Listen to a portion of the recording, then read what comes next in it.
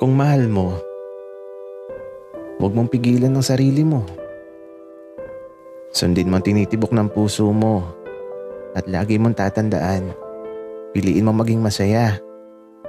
Dahil minsan lang darating sa buhay mo ang taong lubos na sa'yo ay magbibigay ligaya.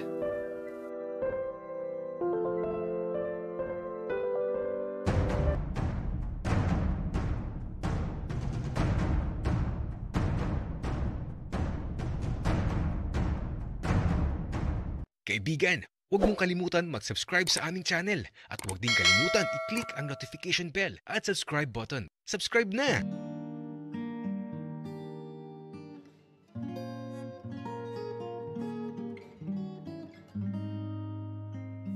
Tanghali na pala. Nagugutom na ako. Sa labas na siguro kakain. Kasabay na ako kay Jasper at Tony. Uy, naku, nagugutom na talaga ako. Naamoy ko na yung pagkain na niluluto nila sa labas. Kaya ito, naghihintay na ako na tawagin nila ako. Gutom na kasi talaga ako. Kaya ito, nung may pumasok dito sa silid ni Tony, ala, si Tony, may dalang pagkain. Oh, kumain ka na, mahal na prinsipe. Makakagigil ka. Nadadamay tuloy ako sa kalandian yung dalawa. Kumain ka na dyan. Uy ka ni Tony, na eto. Dinalan pa talaga ako ng pagkain.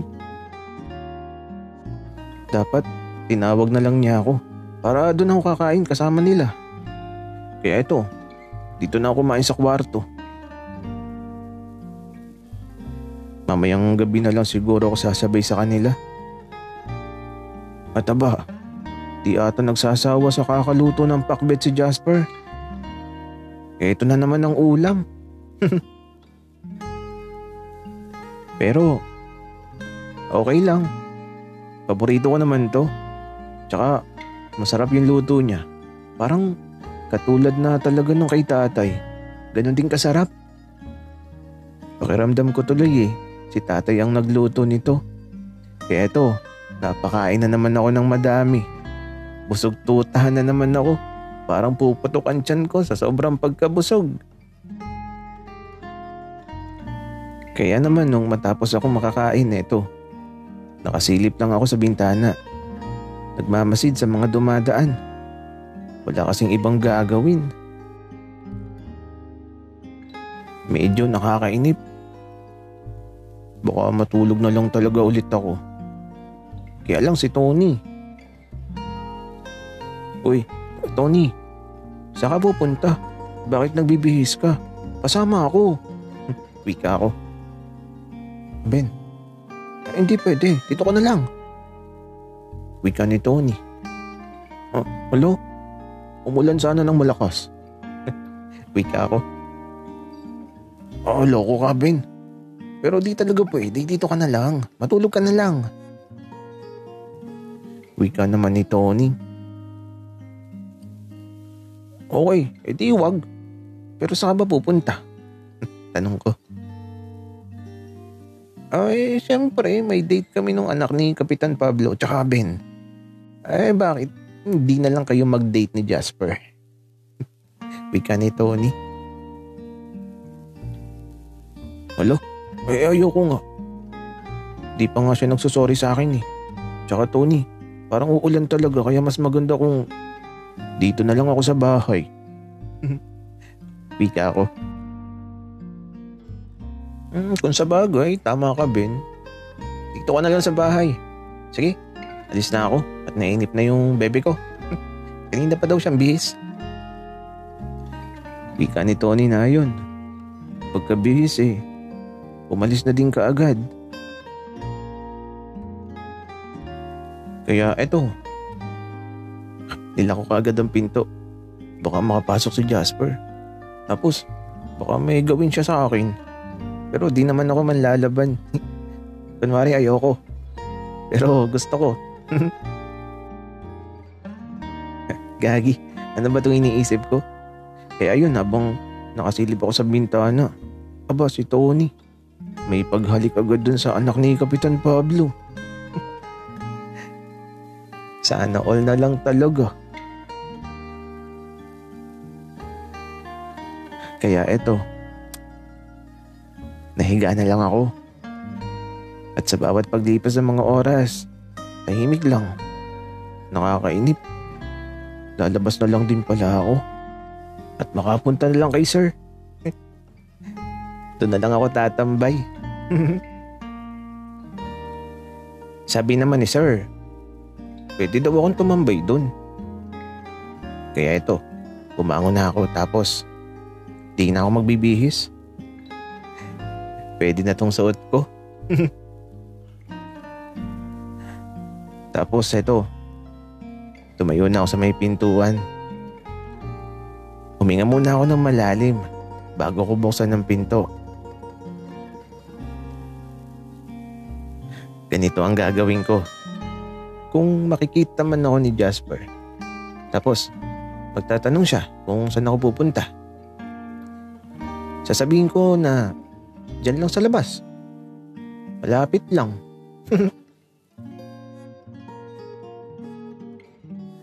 Kaya naman eto, marahan kong binuksan ng pintuan. Tapos nagulat ako. Kasi naman si Jasper, tila ba nag-aabang sa labas. Tapos eto, tuluyan nang bumukas ang pinto. Wala na akong nagawa. Si Jasper na yung nabukas eh. Tapos eto, dumiretso pasok siya sa loob at isinara niya yung pinto. Di ko tuloy nagawa yung mga plano ko.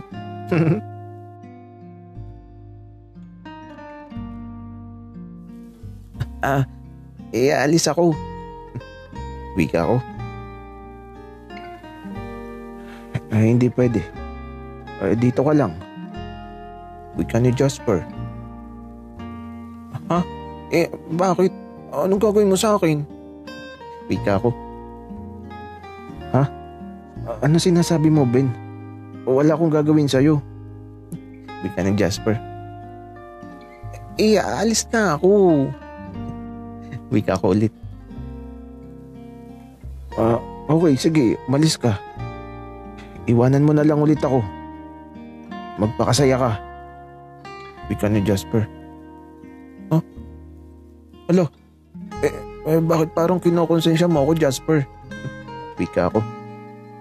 Ben, sorry na, huwag ka na magalit. Bati na tayo, please.